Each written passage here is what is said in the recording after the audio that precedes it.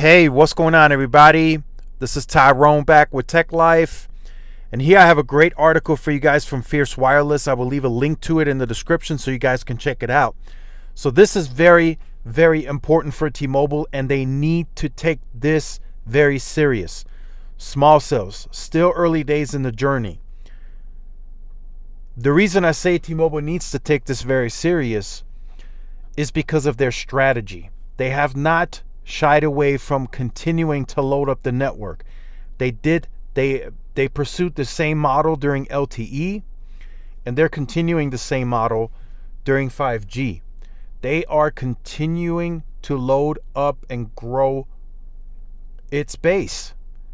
That growth is it's big growth for the network to handle, right? And they do that in several ways. They do some MVNO stuff, not as aggressive as Verizon, for an example, but they do some MVNO stuff which adds load onto the network. Although it's monitored and deprioritized, it's still extra load you're adding onto the network.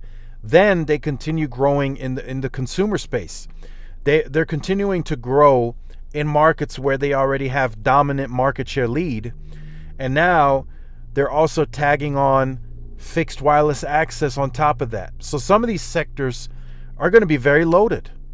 Now, I'm not saying that T-Mobile is going to allow congestion to happen, but it's going to bring a slowdown to the network overall. On each individual sector of a site, you can only handle so many customers. And as they continue growing, and they're not just continuing to grow at a solid pace, they're doing it very quickly. They confirmed to us recently that they're going to do 729,000 customers plus in Q2. And that doesn't even tell us what the numbers look like on fixed wireless access. So they will need small cells as an offload. I am very confident when I say that. They're going to need even more small cells than perhaps that they have in the planning stages right now. They can have the densest macro grid in the world if they want to.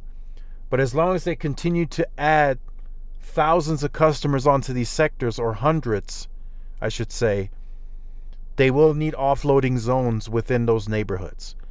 Verizon has shown us the blueprint to that. Verizon does that very well. And you don't have to deploy millimeter wave on those small cells. T-Mobile can just do N41, but they will need offloading zones. They will need them. There's no two ways about it. Now, if that's going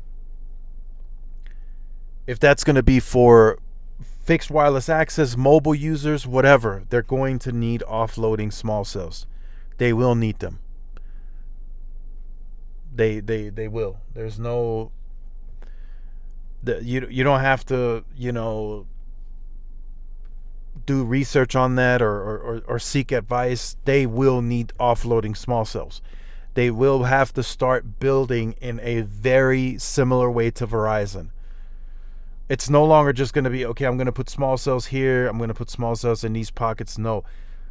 T-Mobile is going to have to start deploying C-RAN throughout neighborhoods, just like Verizon is.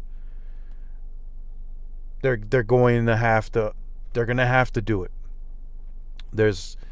Unless they can put another macro within that neighborhood, which 9 times out of 10 it's not going to work. It's going to be too hard to find a space for it and get approval. They're going to have to do small cells. And yes, they are doing small cells, but they're going to have to do more.